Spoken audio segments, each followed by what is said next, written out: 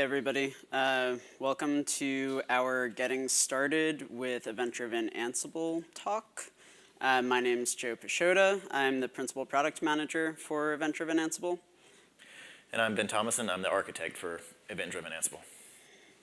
And so what I wanted to go over today basically is a high-level overview of what is Event-Driven Ansible, what is a simple use case for Event-Driven Ansible, and then really walk you through how to get started, where to go for materials, what the look and feel of Event-Driven Ansible is, what the content is that you would be creating as part of developing Event-Driven Ansible. So let me just get started with going over an overview of like traditional operations flows. I think you've probably heard in some of the previous conversations, the keynotes that have occurred, that one of the main use cases that Event-Driven Ansible is really good at accomplishing is operations as code. It's turning operational flows into a codifiable entity and something that you can document your operational flows and something that you can run. So let's just take a look at a traditional flow. Something fails on a device, IT staff is notified, IT staff goes in and maybe updates the ticket with some additional information. They determine where an issue is coming from, and then they start to respond.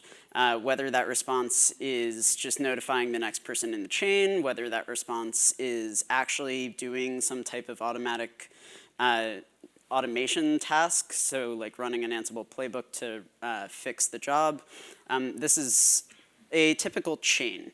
It operates in a circle, and one of the things that Event-Driven Ansible is trying to do is do the same thing, observe, evaluate, and respond.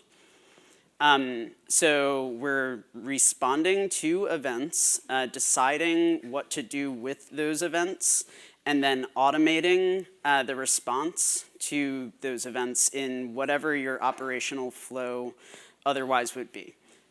So in doing so, we're saving on time to remediation, we're cutting down on manual steps, making more consistent steps, and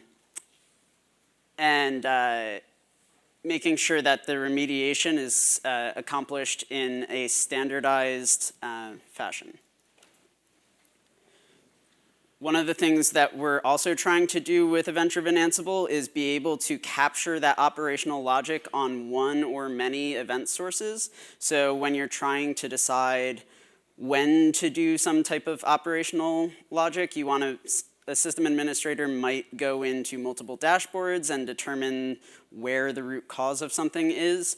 We're trying to be able to capture that logic without necessarily going into being a full event aggregator. So we're responding to sources of true intelligence.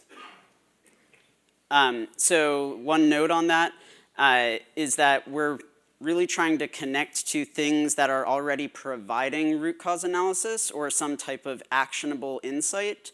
Event-Driven Ansible is really not targeted at being an event aggregator. We're really not trying to ingest the fire hose of events from all your systems. We're trying to act on observability platform information on actionable intelligence.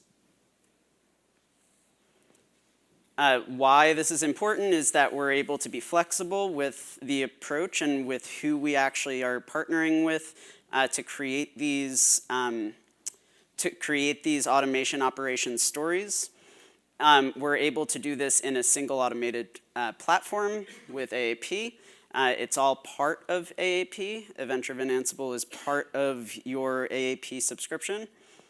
And it's a really robust way of handling the automation that you typically may be doing manually or may have a number of different steps to accomplish.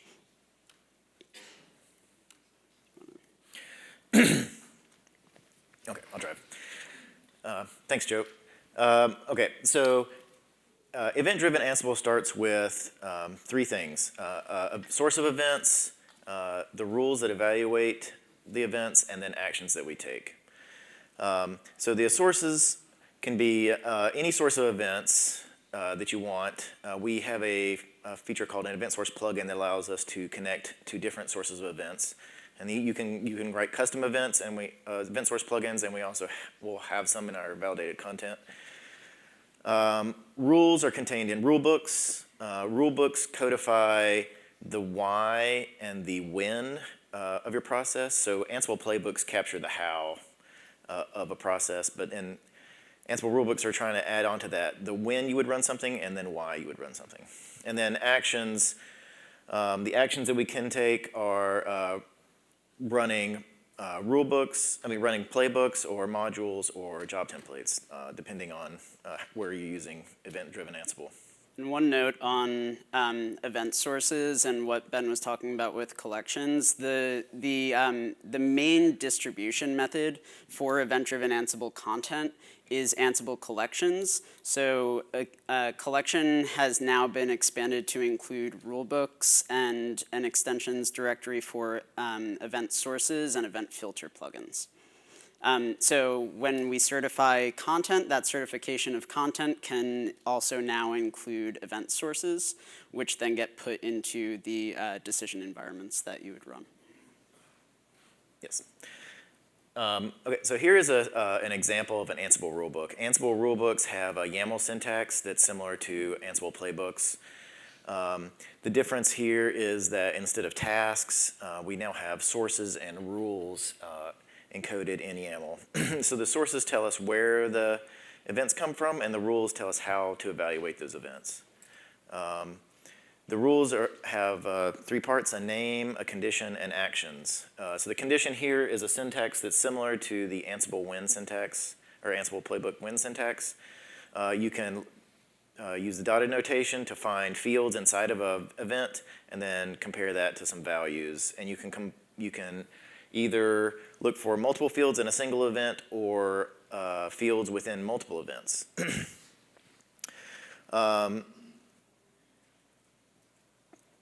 Let's see. Yeah, so I mean, one of the condition here is a fairly simple one where you're pulling just information from one event, but there's also other syntax where you can base it on multiple events. So that includes an and or an or syntax. And this is all documented on the Ansible rulebooks docs, so that'll be included. Okay, I'll step through this rulebook and explain what it does. So this rulebook is listening for events on port 8000, and the source of these events are Alert Manager, which is part of Prometheus. This is using a webhook plugin. So Alert Manager will send a payload to this port in a JSON format, and then the rule engine will evaluate that event and then take that action, which is run playbook, and it will run a playbook in the collection ansible.eda.start app. And then it will run forever. So Ansible rulebooks, unlike a playbook runs from top to bottom, and then when it's done, it completes. An Ansible rulebook is setting up a process that potentially lasts for as long as you want it to, and keeps that process going. Okay, I may have jumped ahead a little bit, but so there's three parts of an Ansible rulebook: receive, decide, and respond. So in this example, we have an event source that's coming from, this is using a event source plugin called Watchdog, which watches file events. And then it has two rules here. One rule checks for a folder modification, and one rule checks for file modification. And they run different playbooks. The main point of showing this rulebook is really that to show how rulebooks are ordered. So on first match, that is when that action would take place. That's when that rule would match. So if the event matches the first case, then it won't hit the second case. So just a note when developing rule books, it's really important to order appropriately for your operational flows.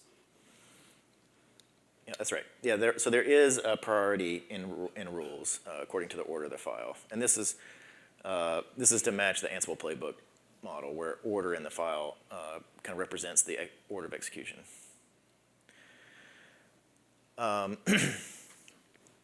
EDA, we have plans for integrations with many partners, and this will be available through our certified and validated content, which will be part of collections. So we have this large list of partners for event source plugins that we're planning to release. Some of these we've developed, and then some of these our partners have developed. There is a blog post that if you get a hold of these slides, you can click to that link and see other ecosystem partners. But you can also write event source plugins for yourself. As part of the EDA collection, we provide several examples, and an event source plugin is a single Python file that hooks up some other system to our queue, and it's fairly straightforward to implement those. Okay, so getting started with EDA, we have 3 different main resources for getting started with EDA. We have interactive labs.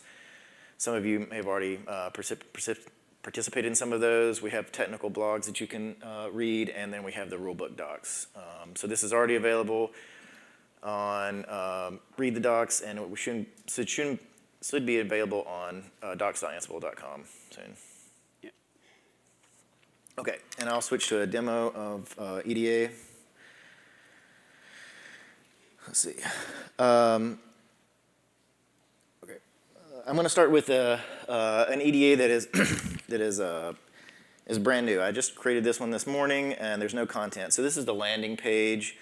It shows how to get started with EDA. So EDA as part of AAP requires a few things to set up. We have a few concepts that you'll be familiar with. If you are already using EDA, we have projects and decision environments. Decision environments are a special form of execution environments that the Ansible rulebook runs inside. So to set one of these up, first we create a project. Just a note while he's setting this up, the Event-Driven Ansible controller, as you can probably tell, is a separate component from AAP controller. So this is a separate user interface, but its purpose is very similar to, say, AWX or AAP controller. Its main purpose is to run Ansible rulebooks in a distributed fashion and orchestrating Ansible rulebook activations. So running rulebooks in the same way that AWX and controller run job templates and playbooks. Thanks, Jim. Okay, so first we set up, so in order to manage Ansible rulebooks, we call those rulebook activations, and we need a project, a decision environment, and a few configuration options to manage those rulebooks. So first we set up the project, and then we set up a decision environment. Here, we provide one on Quay that you can use that's already pre-built. Decision environments are very similar to execution environments. They're just, instead of only holding the playbook, the Ansible core content, they hold the Ansible rulebook content. And currently, EDA works with controller using the API tokens.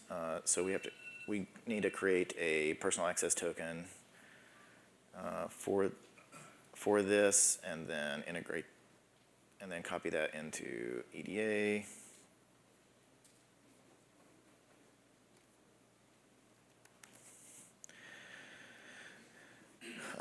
Once we've finished all those, we can then create a rulebook activation. I've got a simple rulebook activation that uses controller and runs a playbook. This one responds to an event that is generated inside the event source plugin itself, so it runs quickly for demo purposes. Normally, playbooks would run forever, but some rulebooks can run to completion and finish. So when we start a rulebook activation, it will, well, it's already running. We can look at the, oh, it's already completed, so this one's a little too fast. We have the log, and it also ran a job in controller. So it ran this hello job in controller. Let's see, actually, is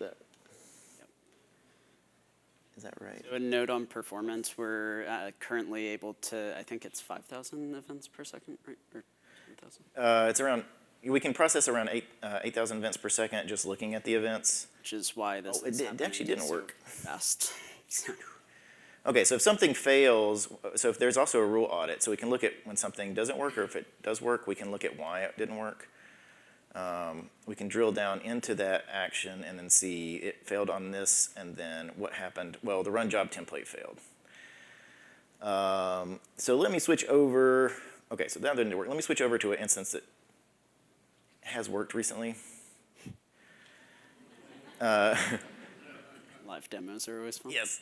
Well, we need to show how it fails too. Anyway, okay. So this instance has successful execution today. We're actually using this to demo in other places around the expo floor. So this one has a couple rules that have finished. So we can see what happened in these rules. This is using Dynatrace to create the event, and this is the example of the event here. They had an event with this JSON structured data. They had a payload and then had some information, and then its actions, it ran the job template. And then we can click on that to see the job that was run in a controller.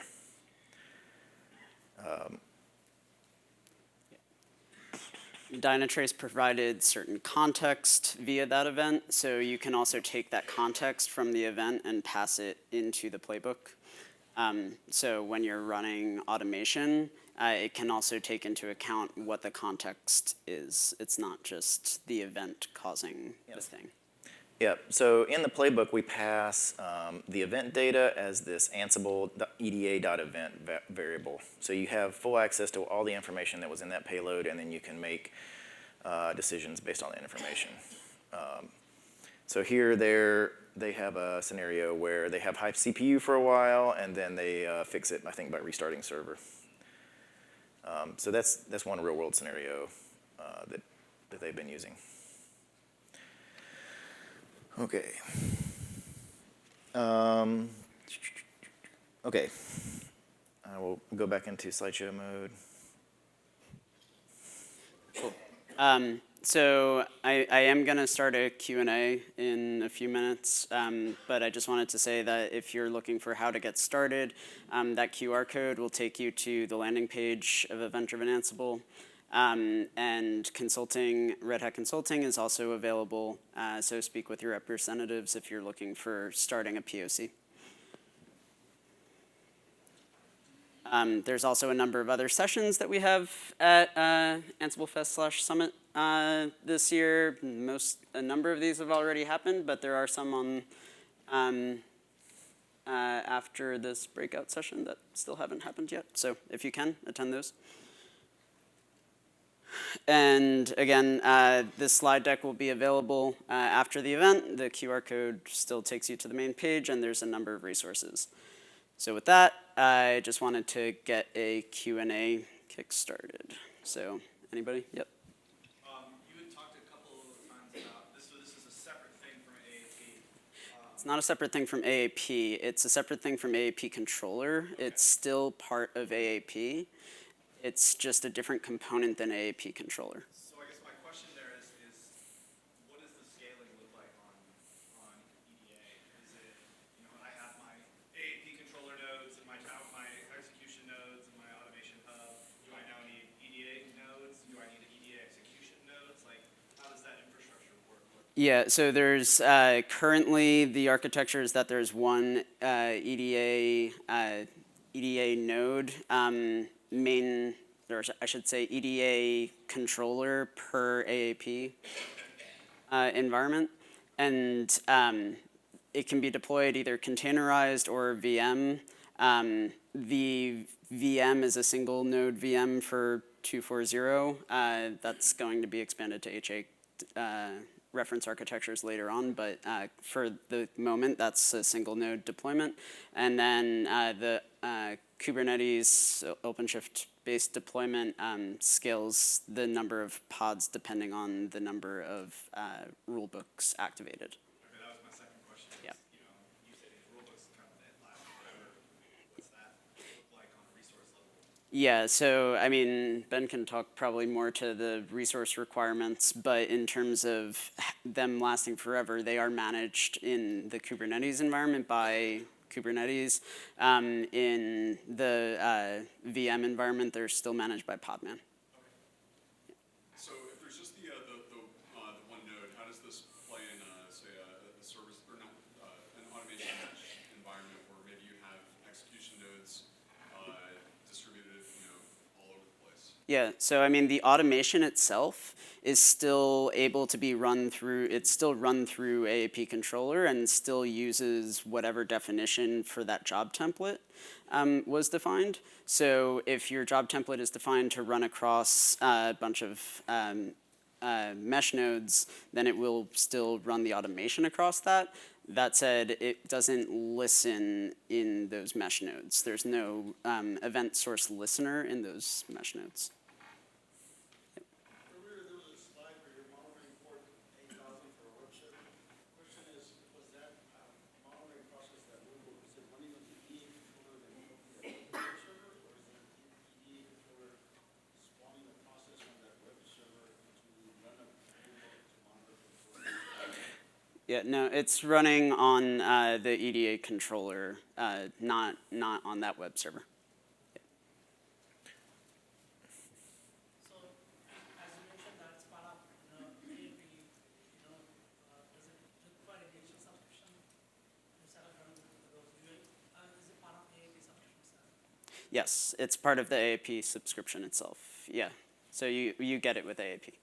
Yep. Are there any plans to add maximum times that a rulebook can run? So if you're restarting, I guess, service, restarting a bunch of points, spawning, restarting. So, yes, so one of the actions you can take as part of the rulebook is to shut down. So the rulebook itself can decide to shut down. So you could have a time limit, and it'll. Yeah. Oh, Yeah, oh, so we also support time window actions. So you can take one if the problem happens repeatedly. Instead of taking one action per event, you can take one action in that time window. So. So if it happens and say it keeps happening a number of times, it'll be time boxed to that window. So if it'll happen at the end of that window. Oh. So there's a couple definitions that we enable. There's the begins and ends. Yeah, we also support that. We take the first action and then ignore other actions after that. And also it groups similar actions into the same, it groups the same action into the same job template. So it only runs like that job template for all of those hosts once if it's happening to multiple hosts. So if it runs fine, Yeah. and it's happy, and then another event comes in, and it's going to run the whole process again. 5 minutes later, another event comes in, they're running again. Like, is there a way to basically say, look, this runs 5 times, so it completes successfully 5 times in an hour, do something else? So there's so that I think that's what Ben was trying to say before, is that there's the once it runs, if you see it again, then don't run that again. And so you could then do a next action as part of that, which is another thing that matches, like another conditional.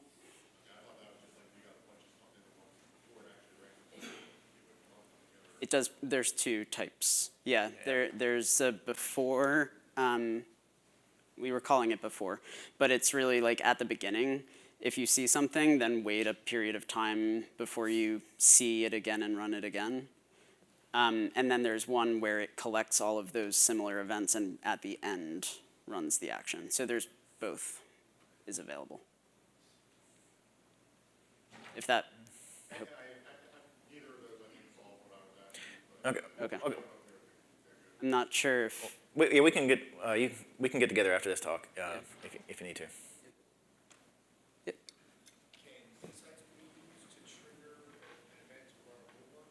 yep. Yeah, so Insights is one of the event sources that we're certifying as part of the GA of 2.4, and that can be used across Insights information, so rel, OpenShift. Yep. Yep, and you just pull in the event source plugin from the collection that it belongs to, and yeah. Yeah.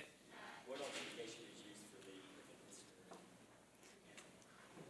I'm sorry, can you repeat that? What authentication method is used for the event listener? The event listener? Like between Oh. the web manager and Oh, it depends on the event source. Yeah, it depends on the event source plugin. Like the webhook supports like basic authentication in TLS. So like Kafka has different authentication mechanism. And it depends on the partner developing it. They may have their own desired authentication methods. So like for Dynatrace may have different authentication capabilities than, say, generic webhook plugin would. Yeah.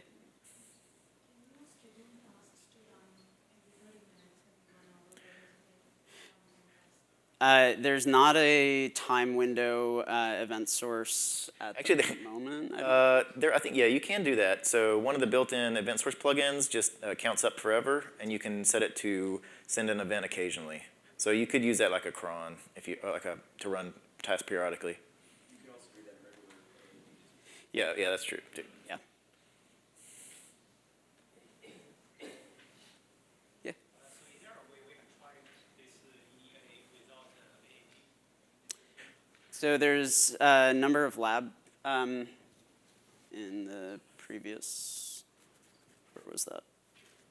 These interactive labs that are available. Also, the upstream material is available. So if you don't have the AP subscription, you can go to the GitHub pages and try it out using the GitHub pages.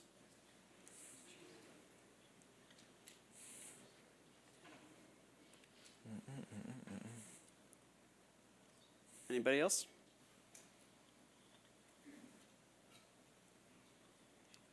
Cool. Yes. Yeah. One of the slides mentioned that it can be the service node as well as event driven, right? You have it in terms of the hot blocks on it, like if there is a insert was on service node, or anything to do like this group, can that be run as the event driven action and play with that? I'm not sure I understood your question. The idea is, any incident if it happen, Yeah. can that be tagged with the event driven backend and put in the playbook? Oh, yes. In terms of interacting with ITSMs as an event source, yeah. So one of the partners that we mentioned in the previous slide is ServiceNow. ServiceNow will be able to be used as an event source, and incidents when they come up can be sent to EDA and EDA responding to those. And that's not only for incidents in ServiceNow. We'll be able to do multiple different like change and stuff. So I'm gonna just wrap this up, and if there's any other questions, me and Ben will stay here for a few minutes. So thank you everybody for joining.